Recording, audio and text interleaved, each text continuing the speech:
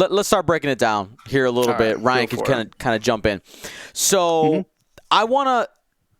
They said we're playing one of 4 scenarios, and they basically kind of used that to slowly drip out these major rule changes or bigger changes. And I want to hit those first before we worry about the scenario itself, which I think is something that we can unpack there.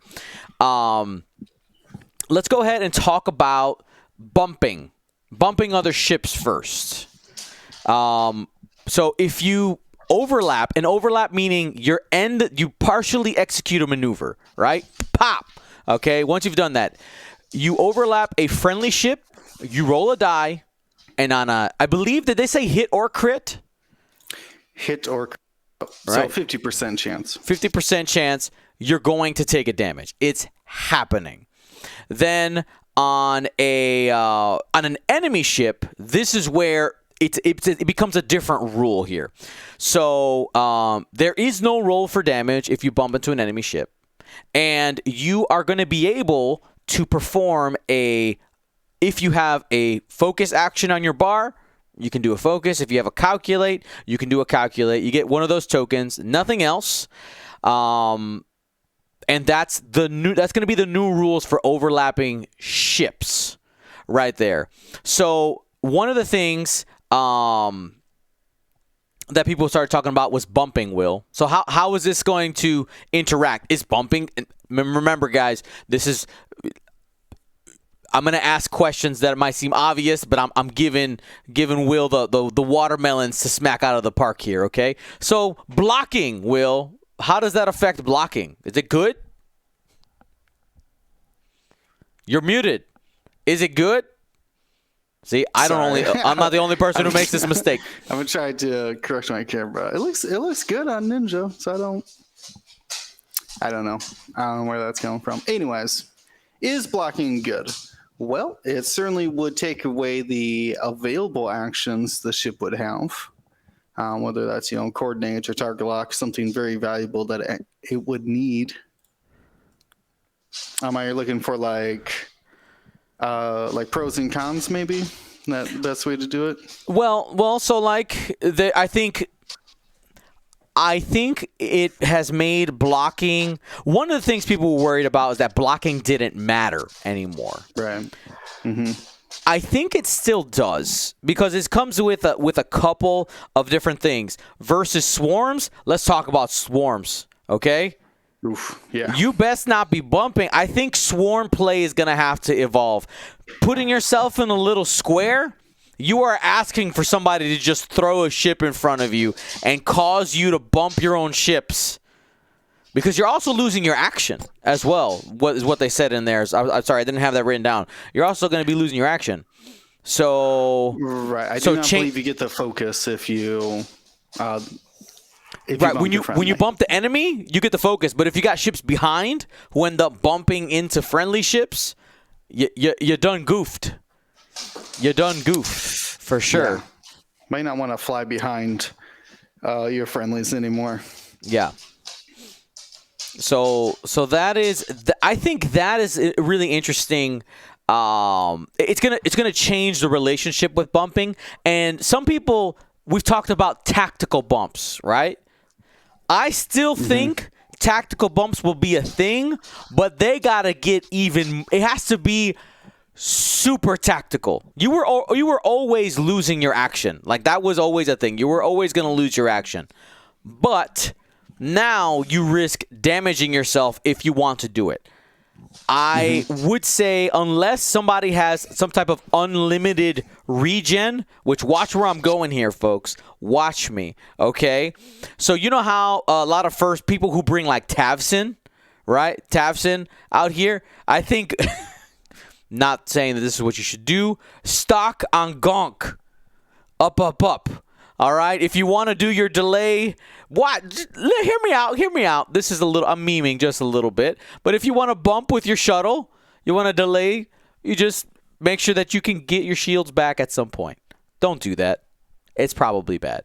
But Ryan, I'm done stalling. We're talking for 1 hour. 1 hour. We don't. I think we're not even going to take that long. All right. Oh, that's surprising. Usually after these, we go quite a bit sometimes. I think we can cover this pretty quick. Thoughts on Go ahead. Thank you, Exiled.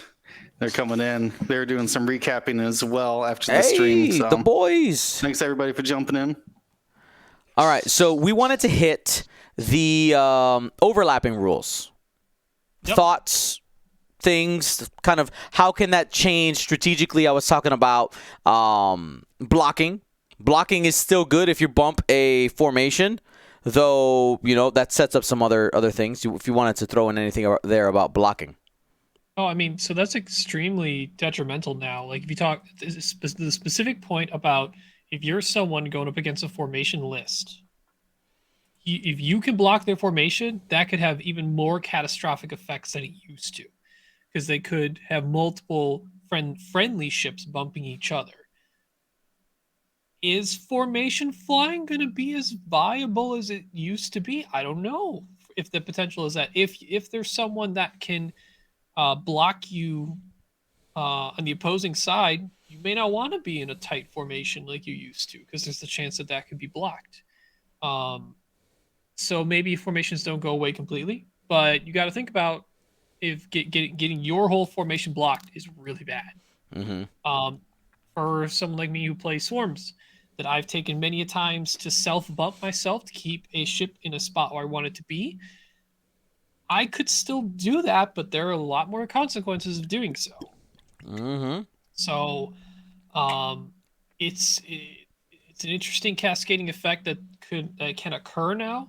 The differentiation between bumping into an enemy and friendly is not something I actually expected to change, but I think it's interesting that it's happening, that they're designating that there are different things happening if you bump an enemy versus bumping a friendly. Now, actually, now that all three of us are here, one of the other narratives I saw in the chat, which I personally disagree with, was like the idea that AMG is making the game harder for new players. Meaning, like, your guys' eyes kind of are giving... I had the same... I was like, what? So I think the argument is like, by changing the rules, you have created more complexity. My argument there would be, if they were coming in cold to the game anyway, it's all new anyway. Really, where the complexity comes in is for players who've played already, and you have to now change your mindset, right? You have to double check to make sure that you are actually playing correctly.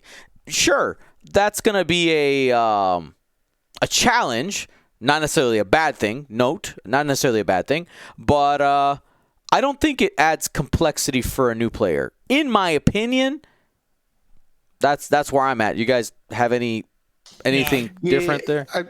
I'll go mine, because mine's real quick. That I think that I do worry that that they need to get this information out to new players, right? Mm-hmm. I asked them if they were going to make a new core. They said that they were just going to update the printed rules in the core whenever they reprint core boxes, whatever that means. But in my opinion, we all started X-Wing the same way. Very few of us started at a 200-point deathmatch game with all of the rules in tow, right? We did the escalation at first, and then now you have upgrade cards, blah, blah, blah. So I think those players, the new players will still get into the game just as they always have, but that learning curve is so much steeper than it used to be, which was already pretty steep. Yeah, I mean, as soon as we were past, hey, we have two different ships, every release that comes out adds complexity. So that's the nature of an evolving game. You just start with the base rules, and then you go from there.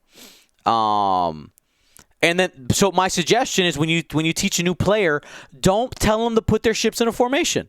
Spread them out. Go snaggletooth or some type of modified net, a line, and you go from there. Are they going to bump themselves? Sure. It'll happen. It's the rules now. You will too. Right. Yeah, it's the whole thing. People thinking that this is making it more complex are only comparing it to what they already know, and the fact that change is occurring, they think it's more complexity. Whereas if you give it to someone new, aka a blank slate who knows nothing about the game, anything is going to be slightly complicated just to get into the game as it is in the first place. Are there some aspects now that are more consequential to doing things in the game and certain things that happen that might feel quote harder? It's only because there's actually more consequences or more hurtful consequences to things that happen in the game that are considered bad for you, right? Whether it's the obstacles we talked about, whether it's friendly bumping into ships, things like that. Right. And well, let's go ahead and now we'll continue into the next one that's kind of related to this. They talked about attacking at range 0. Okay. So I believe, now tell me if I'm wrong here, guys. I believe they said that you can, right? You can fire at things at range 0. Pilots Only that have a primary weapon specifically. Right. My guess is Reimer might be one of the niche exceptions. pilots that, yes. And they did say that pilots essentially that had range 0 special abilities, they're going to get errataed in some way. We don't know. They actually specifically called out Arvel. They're like, yeah, Arvel's still going to be really good. There's going to be errata there for those cards. So that's cool. They've thought of that already. But with that attack, no mods on either side, meaning like you can't be juking people if you're attacking.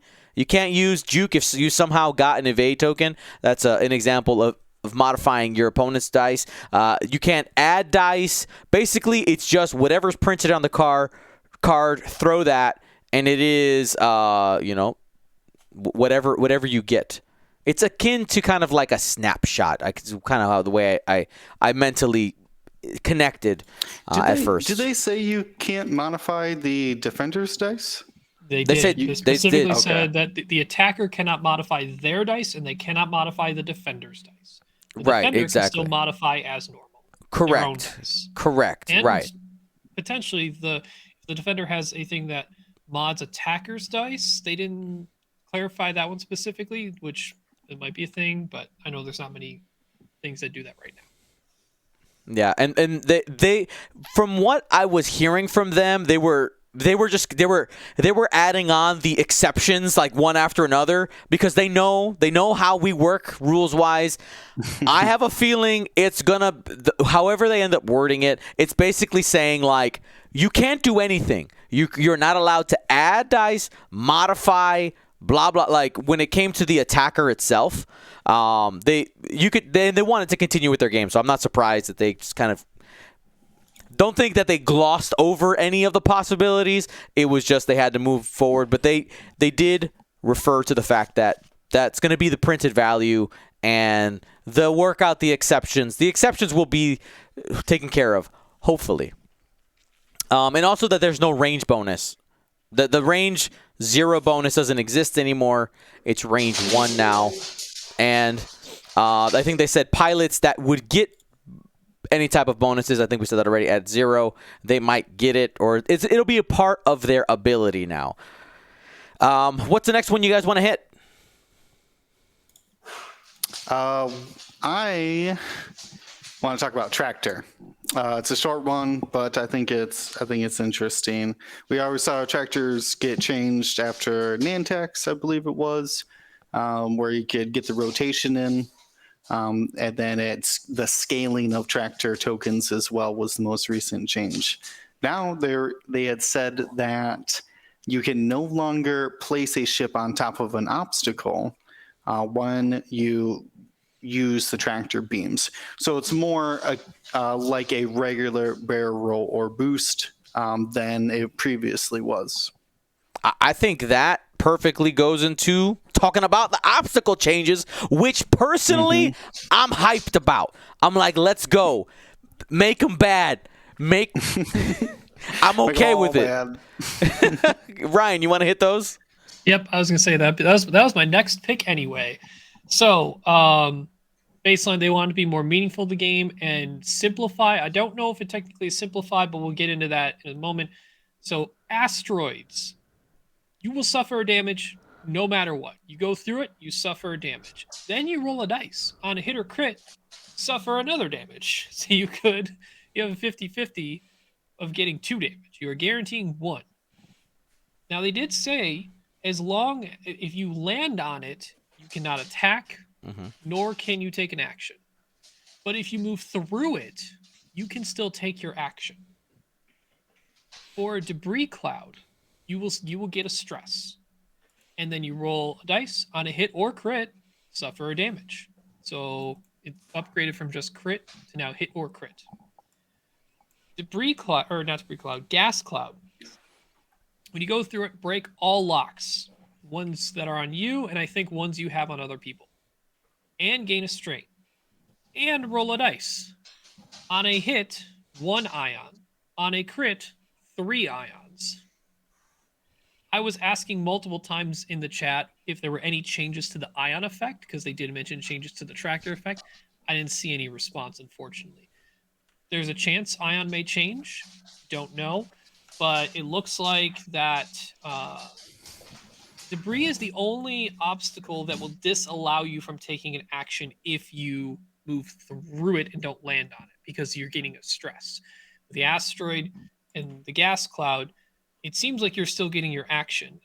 Unless I think they said all obstacles, if you land on, you don't get your action. And I think you don't shoot if you land on it either. Any of them. Yep. Correct. Yeah. No shooting on obstacles. Sad Ray. Yeah, Ray just like going through debris clouds and whatever. And from what this tells me is if they want obstacles to be this more meaningful to the game, dash ban confirm. You know what? See. As of the rule, so I know this is jumping ahead a little bit, but they talked about standard versus extended, right? As of right now, Dash doesn't fit into standard because they said it was going to be 2nd edition releases only, and meaning like the model Black release. boxes. Yeah. So our boy Dash. No. You know what? I honestly could see. He's not my boy. Let's clarify that. He's not my boy. I'm just he's around.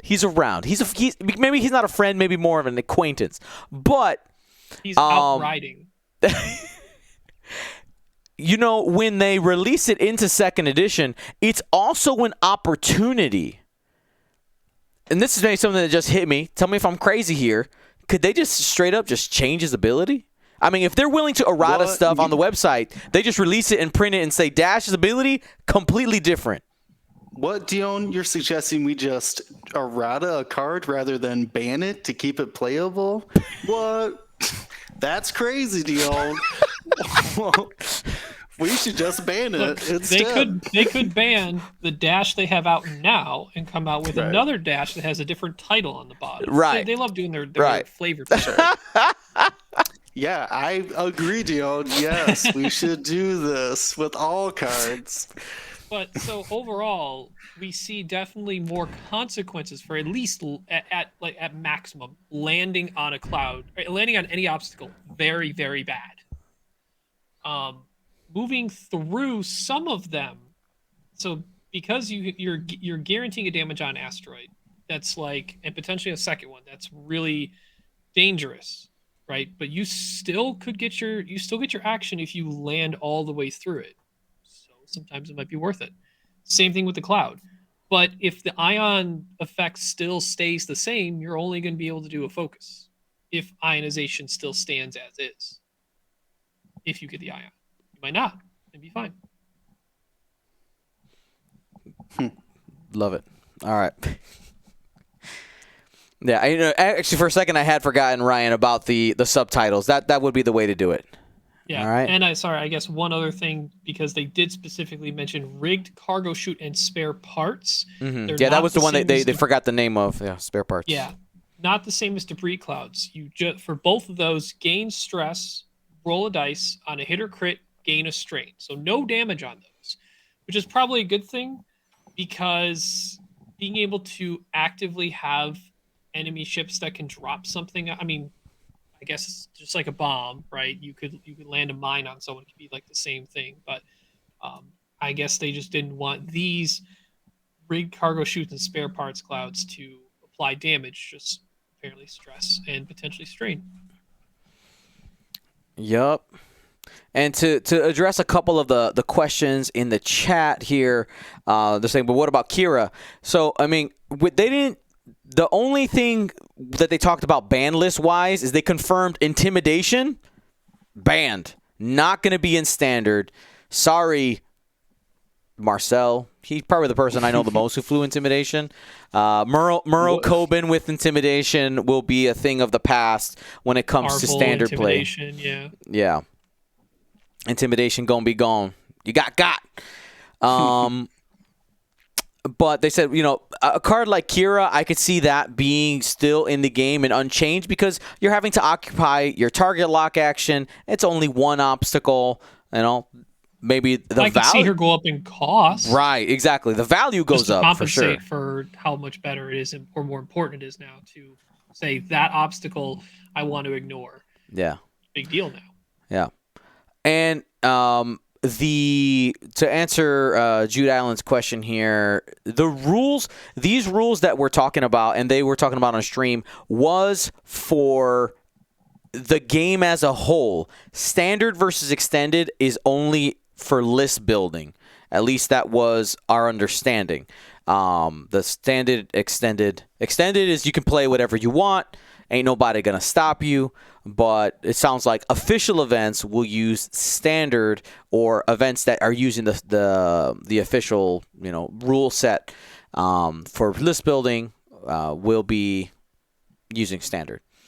Let's go ahead and hit the objective / scenario. Will, you want to talk about those a little bit? Yeah. So they reference that scenarios will be a pillar of the competitive play. They referenced 4 scenarios to start off with, or for this season. Let's see here. They reference that this should widen the squad building options. To think about all of the list all of the scenarios when you build your list, of course. And they want to use scenarios. They went on a soapbox about how they want people to shoot, and they want people to engage quickly and have exciting battles. And they think that the scenarios that they're going to provide, I don't mean to say this like negatively. I'm just repeating the information. But those scenarios are hopefully will provide an avenue to get these games to be more exciting. So it's not just running for time, as they referenced. And casual play, they said that you could just randomly select a scenario if you want, but it's casual play, so do whatever you want. But let's move on past that into the 4 scenarios. The outline, we have zone control, where you have to be close to the objectives. We saw that on stream, I believe. There's snatch and grab, which is like a capture the flag. They reference you have to go and get an objective and drop it off somewhere. Control, you noted here, not area control. The way I understood it was like I called it tagging scenario, where it's like, this is mine. I thought of it akin to Tony Hawk Pro Skater painting mode, if you ever played it. All right, anybody for out anyone there? who's Splatoon's a very common. Man, that just brought me back to doing some 1080s. Bringing me back. That's right. But yeah. So wherever you were last, that's what you control, and then assuming it would be yours until someone else came and removed your control. Could be that, or could be shooting. We don't know. Take the time in your shot in the game to shoot the objective to quote tag it. I like that. That's interesting. I think the what do I say? scenarios that not discourage fighting your opponent, but make you have real choices of whether shooting your opponent or getting the objective is more important. And then the last one was chance engagement, which they described as basically dogfighting as we know it right now. Mm-hmm. Kill your enemy, score points. And then each around. Oh, and they're saying for tournaments, each tournament would have like the same scenario, which seems boring to me, but. Not sure if it'd be the same. Did they say same scenario for the whole tournament, or at least for the whole round?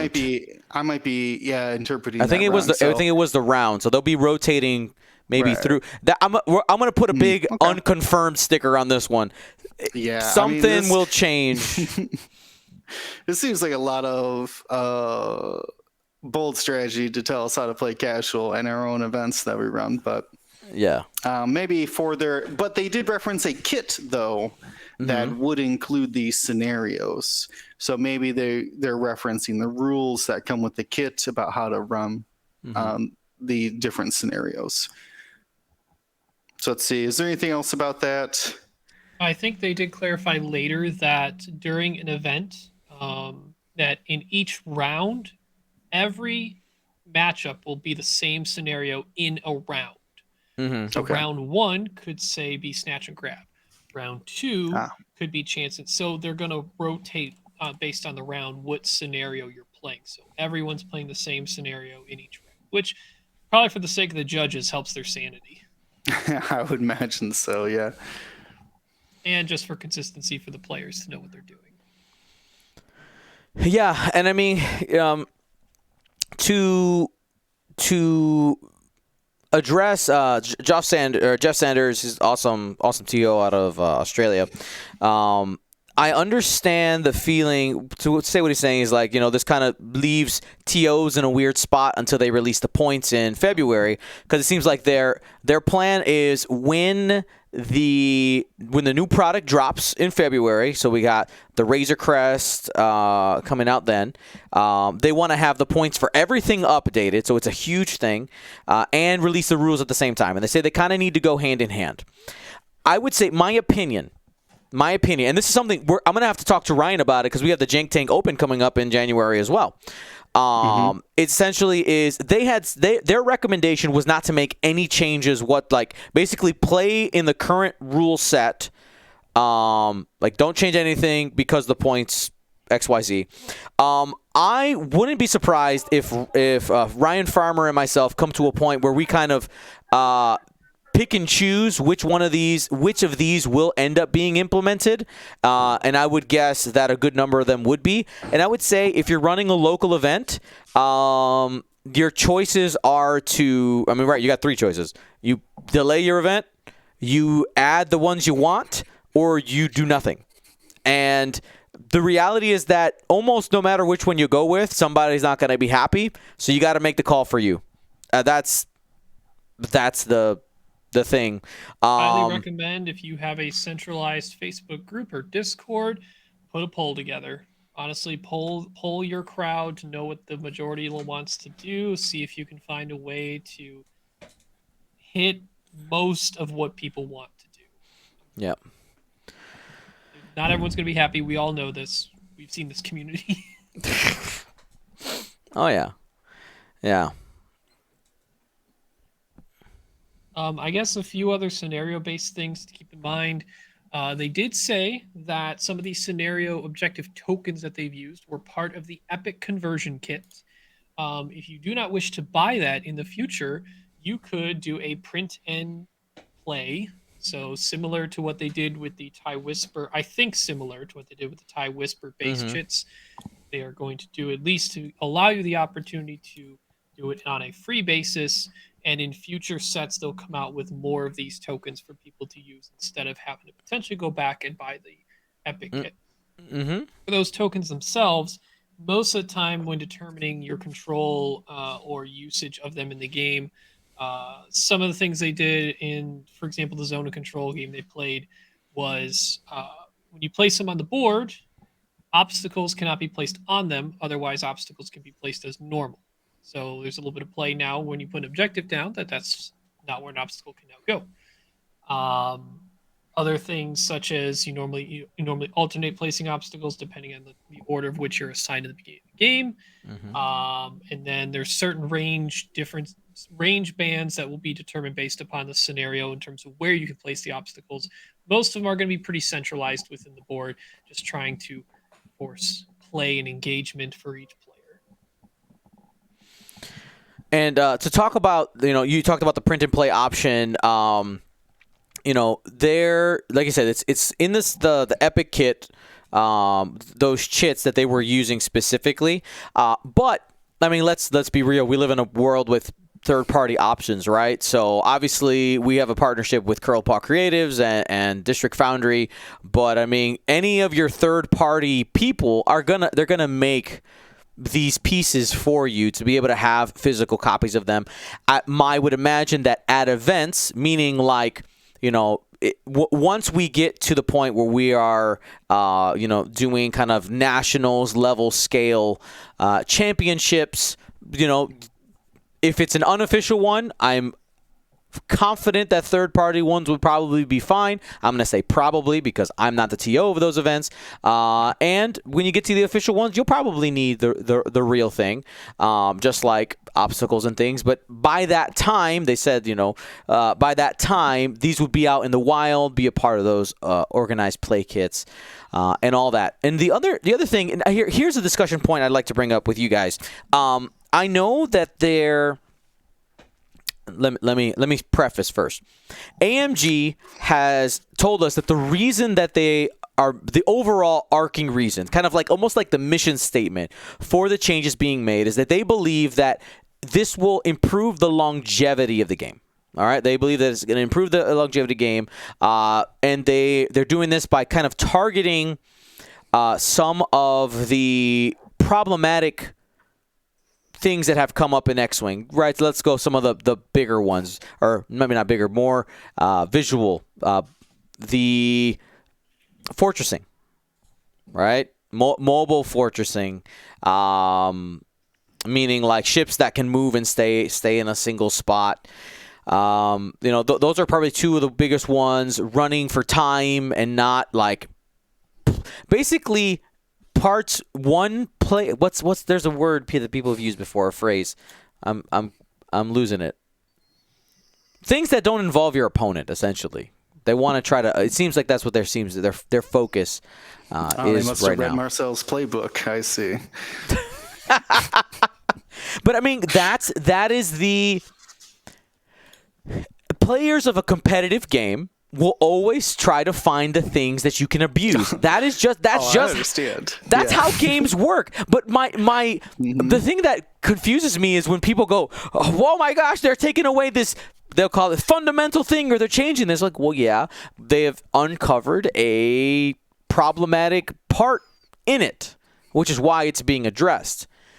Yeah. Using that strategy. Or losing the ability to use that strategy, I don't think is a detriment, whatever it might be. You're just going to have to find a new one. Right. It's things like regenerating above half points, running for time, blah, blah, where those used to be like loopholes in the rules, but now they had become, to say that everybody used them would be an exaggeration, but they become standard competitive practice, right? Like you expect that in a tournament setting. So, and I also want to address the like, was fortressing that widespread? And the here's the thing,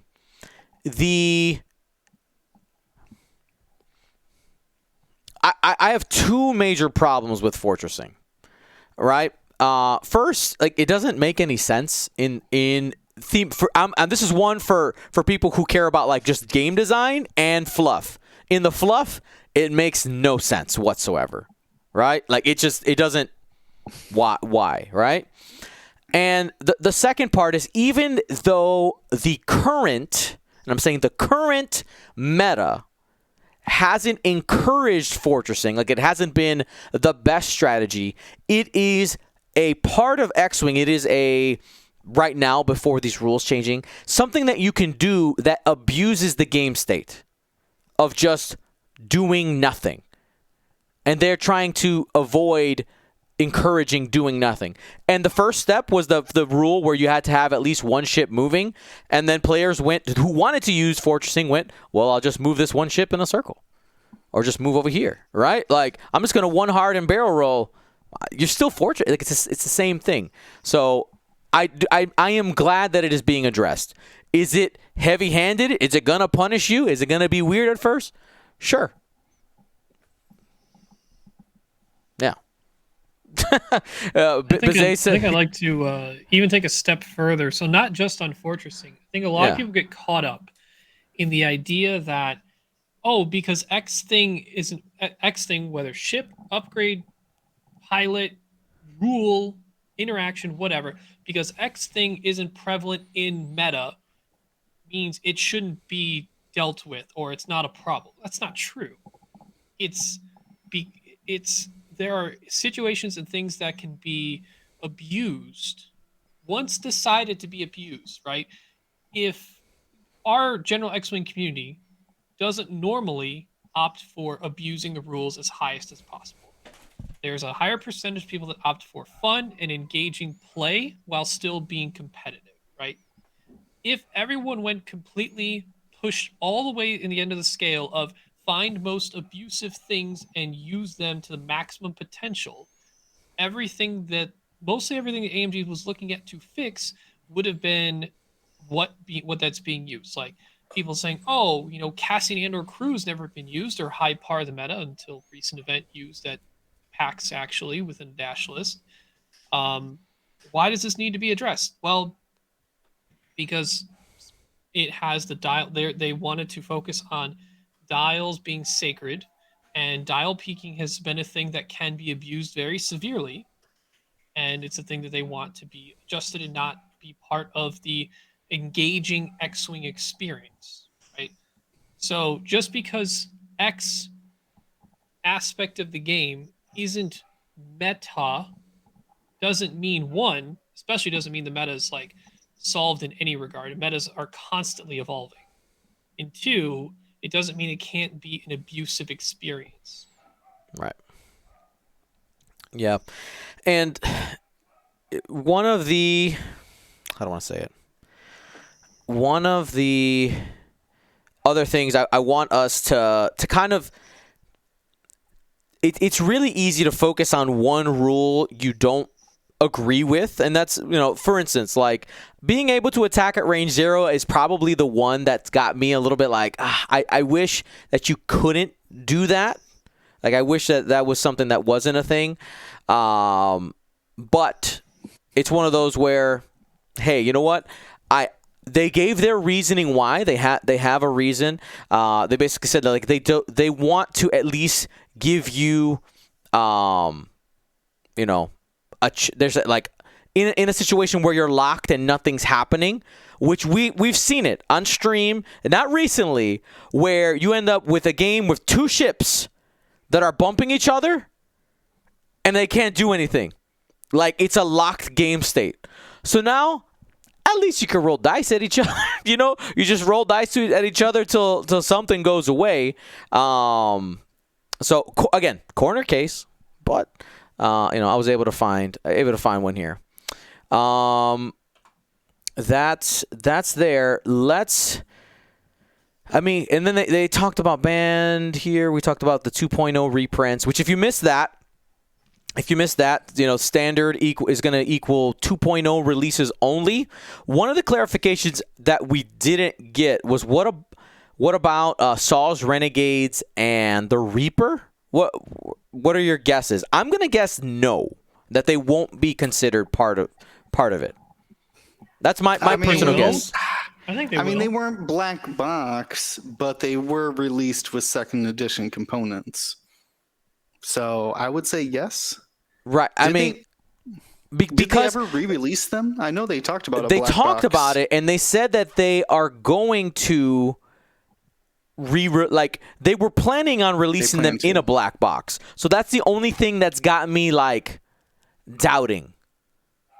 Just a little bit. I would think that would confirm it, though, that they would, that they want them in second edition, or that they feel that they're a second edition product. Yeah. I mean, I'm not saying that I don't want them to be, but that if I can't say that I'm 100% in the, I believe they're 100% for sure going to be a part of the standard right away. For me. That's fair. That's the reason why. Yeah. Let's see. I mean those were the major hits. I mean, that really wasn't that much. We saw. Oh, the other thing I wanted to address is some people were confused about how they were scoring the game, because they mentioned that they were scoring with the objective that they played, which was called Assault on the Satellite Array, which was the zone control one. There were 5 objectives on the board. There were some rules for placing them. Basically, one was in the middle, and then you would end up placing one on your side, one on your opponent's side, at range 4 from your edge. And if you controlled it, you had more ships at range 1 of one of those. At the end phase, they said both 10 points and 1 point. You got both things. And the reason they went down to actually scoring with single digits, they said, was because they didn't have the points set for all of the ships. They were basically doing approximate scoring for everything during that game. It's not confirmed whether or not that's how the normal scoring will go, because what they said they were doing was dividing the current cost that they have of the ship by 10 and rounding up was how they were doing the scoring for that game, which is why it ended at 20 and not 200. So. Yeah, and I went to ask for clarification when dealing with ships, so that when a ship dies, you divide that cost of the ship by 10, round it up. There was conflicting ones. Pagani said to the fullest 10. So let's say, I thought after he said that, okay, say someone got 61, that's not 70, or that's not 6, that's 7, or right. whatever, other way around. Yeah. The fullest 10. But then I think Will Schick said you round up, so that 61 cost ship would be 7 points, and you played to the max of 20 in that scenario. So combined of your ships and opponent ships being destroyed and the objectives taken. And I guess I didn't hear them say this, but I see it in notes that medium and large base ships count as 2 ships when occupying the space around that objective. Again, that might be scenario based as well. Right. I'm not sure if they said it counted as 2 ships or that you could control 2 objectives. I wasn't sure. They said something. That would make more sense. They said something about large, medium ship. If you're in like range 1 of 2 objectives, a small ship can only do 1, and a medium and large can do 2. Yeah. Maybe. Chris from Lancaster says, "How am I supposed to explain this to my 10-year-old?" Help them out. I thought Chris from Lancaster was a kid. But anyway, I could be wrong. Maybe they have a shared account. But you go piece by piece, just like you teach a child anything. Professional educator here.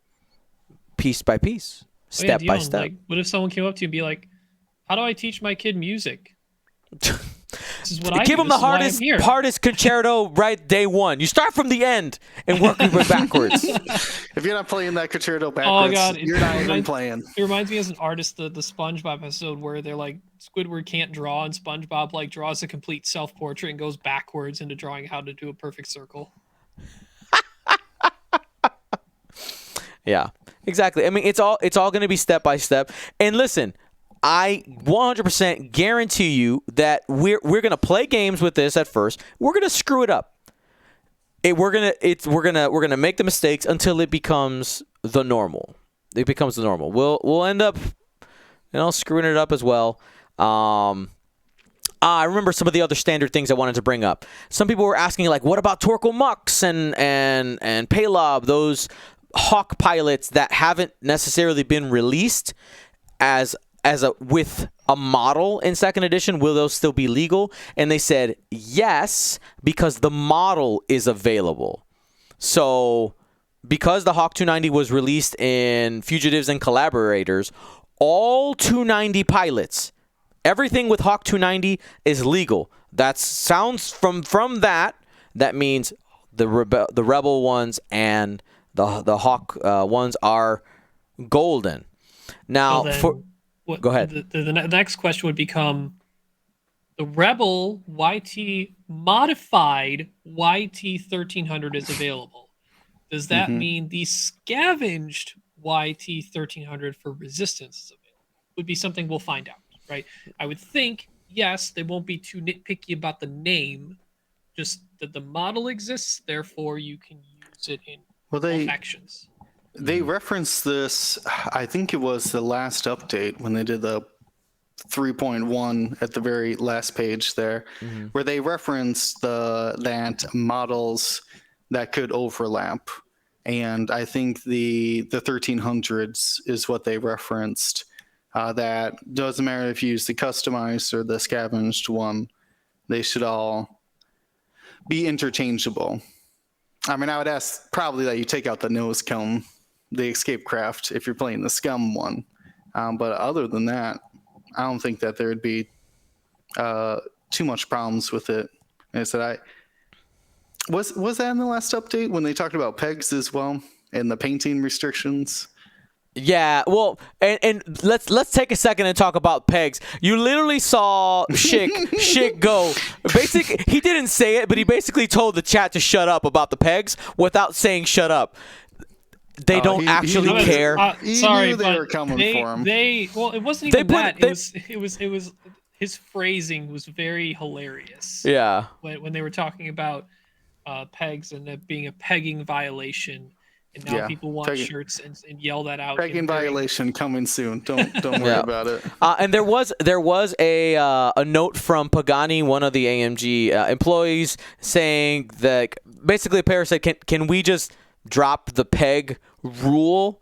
And they said we'll talk about it, because I think they've been called on it a couple times. I wouldn't doubt, if you guys don't know, like, there is a rule that says, like, if the ship doesn't fit, add more pegs, or decrease the number of pegs. And they played 2 games now where they just took a ship off the base. It happens. Listen, no judge that I know is going to care, and I can't guarantee it, but I can imagine a scenario where player A goes, my opponent took their ship off the pegs because it didn't fit and didn't have any more pegs. Do something about it, judge. And high-level judge goes, no, keep playing. Or something more sarcastic than that. I think they're just trying to get people to show up with the models. You can't just throw down 4 squares and just be like, yeah, we're playing X-Wing. But to put it into like a rules is odd. Yeah. So that's one of the things. And to go back to the scoring, somebody said the scoring is going to be confusing. Again, they noted that they changed the way they were scoring on the stream because the points are not set. They didn't say that we would be playing to 20 points always. I wouldn't be surprised if in the end, in the wash, ends up being 200. But again, they made the adjustment in order to make approximations for the points because they didn't want to talk about the exact points because things are changing. Right now, the scoring, like you said, they might have went simplified just so that, and maybe in the future, each objective will be 10 points or whatever, right? Or instead of 1. So to make it close to that 200 or whatever it is and score by that. Or maybe they stick with the simplified versions. Who knows? Mm-hmm. Yep. All right. I mean, I'm looking through our notes here. If you guys have any questions or specific things that you guys want us to talk about, go ahead and tag me in there. But I feel like we hit a majority of the new information that was given. Oh, I remember the other one, a question that was coming up. Are we going to get, because the scenario requires range 4, are we going to get a range 4 ruler? Doubt it. You and your opponent should both have a range 3. Range 3, you butt them up, you have one range match, and you got range 4. All right? Like, you can create a range 4 with 2 range 3s or a range 3 and a range 1. You'll be good. Before we get into questions anybody's got, I want to get a recap from you guys. Maybe the most and least thing you liked about the proposed changes, not the stream, but the proposed changes. For me, it's got to be scenarios. Like, I've been clamoring for it ever since I started playing the scenarios in the box. Like that was always my first experience of X-Wing. So I'm very excited to see that. And then for me, my least favorite is it's really close. But I think actually the focus, the new bumping rules, I'm not. I think that's worse than the range 0 shooting. Which, for me. so the bumping and taking damage as well, I don't mind that as much. or is it the action part? It's the modifier. I don't like handing out modifiers for a ship that bumped. That's, to me, that was always the core aspect of the game. Like, oh, you can bring your I-1 blocker, bring your Z95. It has a job. It goes out and gets in front of the enemy. It prevents them from shooting, or it prevents them from shooting the Z, and it takes away essential defensive modifications. But I mean, there's no penalty now. Like, okay, that blocker is going to shoot at you with probably 2 dice, but like you still just slam in. Just like anybody else, right? Like how soon to your fell flies sometimes, right? We're just like, I'll take the block because I'll get a focus, right? And I think that's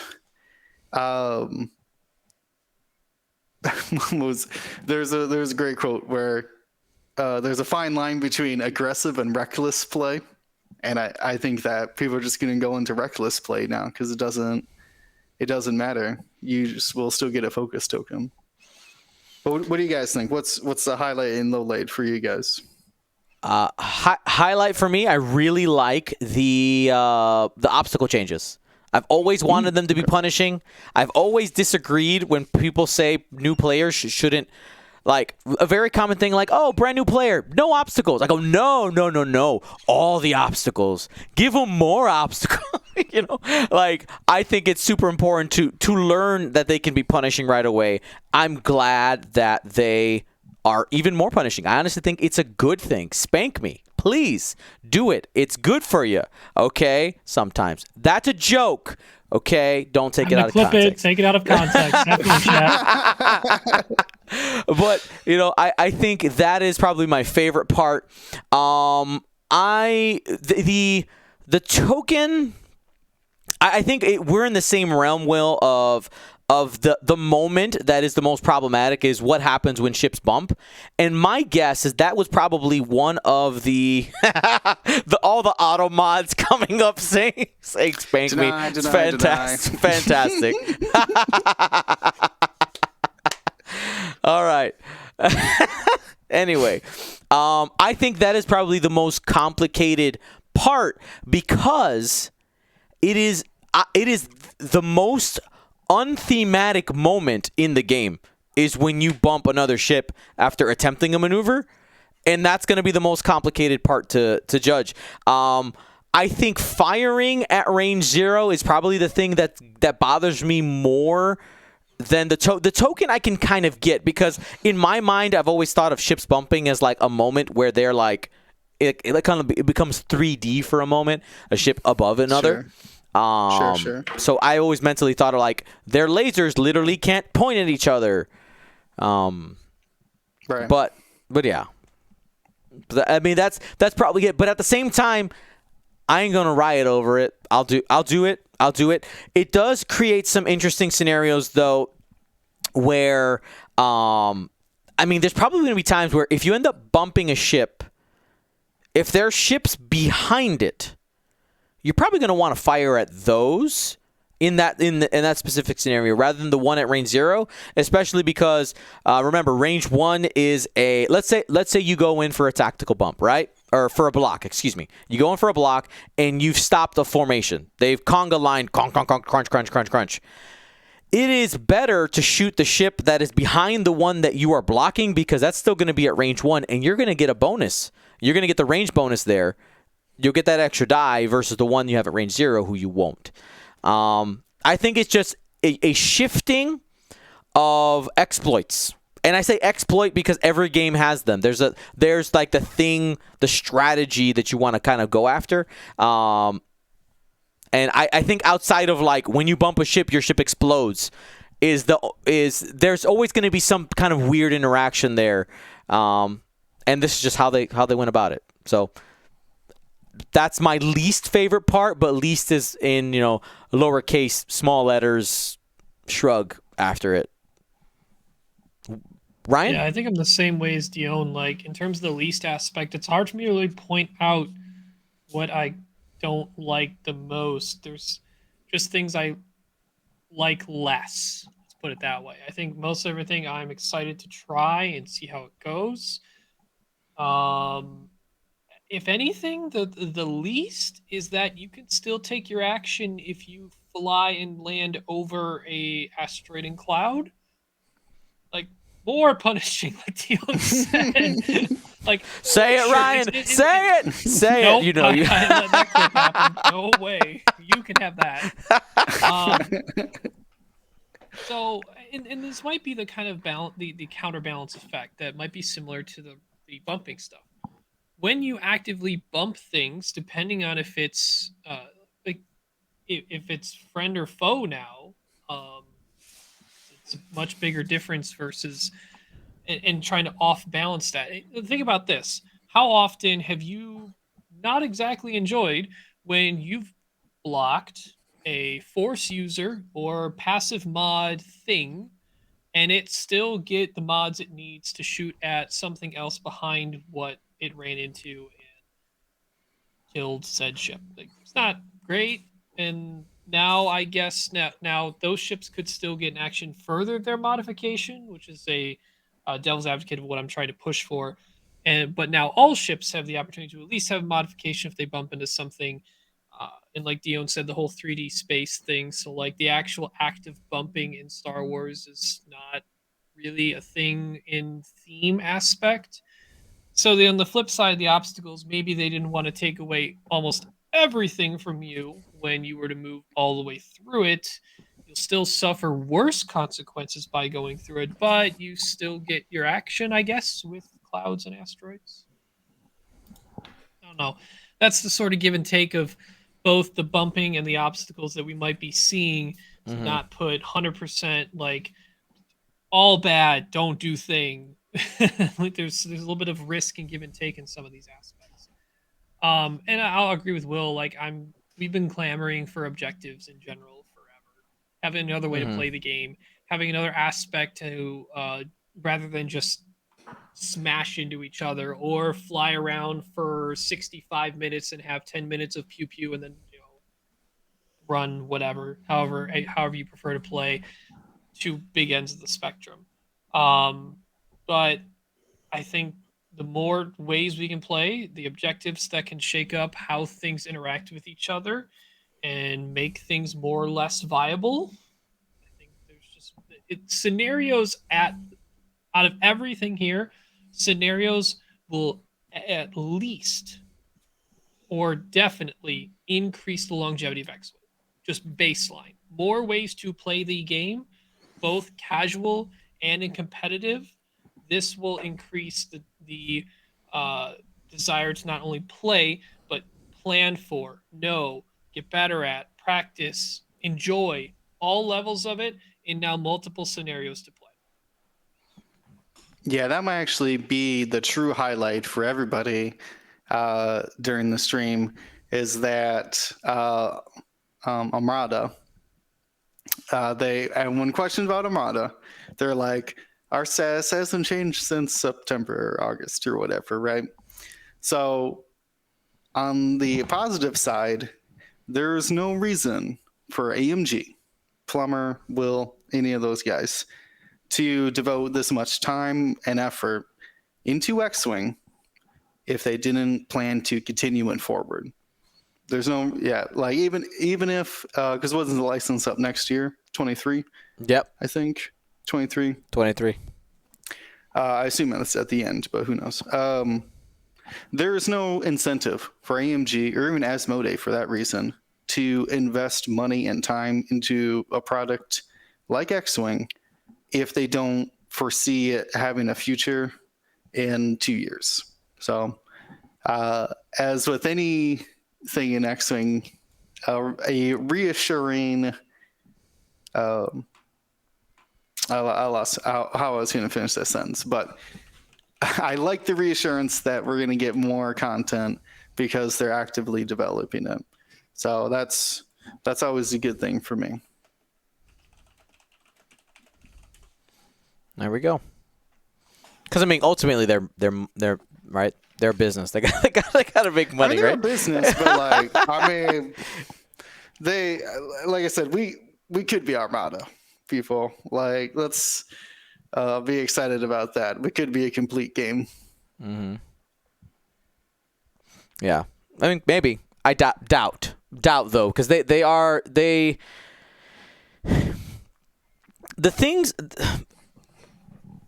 Let me go back to where I started this stream. The fact that they said, all right, let's rewind time earlier this year. They said, we will have the new core rules out at the end of the year.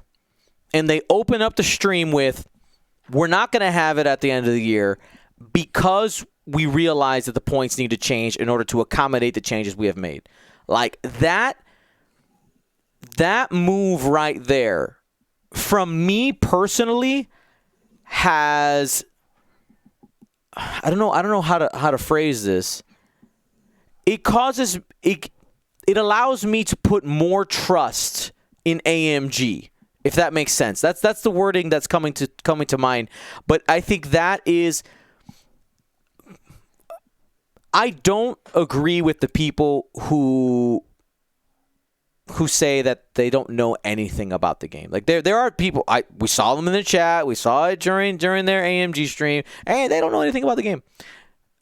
I think that is an incorrect stance to take. And that one move is what I'm seeing. Like that shows me that maybe they don't know. They have not spent as much time with the game as we have. Yes, most of the players likely watching the stream and us have more accumulated time playing and thinking about X-Wing than they do. That's just the truth. But that doesn't necessarily mean that they can't do a good job designing the future of X-Wing. Because the way time works, they'll never get on my level, you know. It's an argument that doesn't really work. There was something else I wanted to bring up. Somebody brought up here. While we have a little bit of a break, I gotta go. Baby aggro time. Baby aggro. My time is up. My hour's over. All right. Have a good time. Good seeing you, man. Snuggle the baby.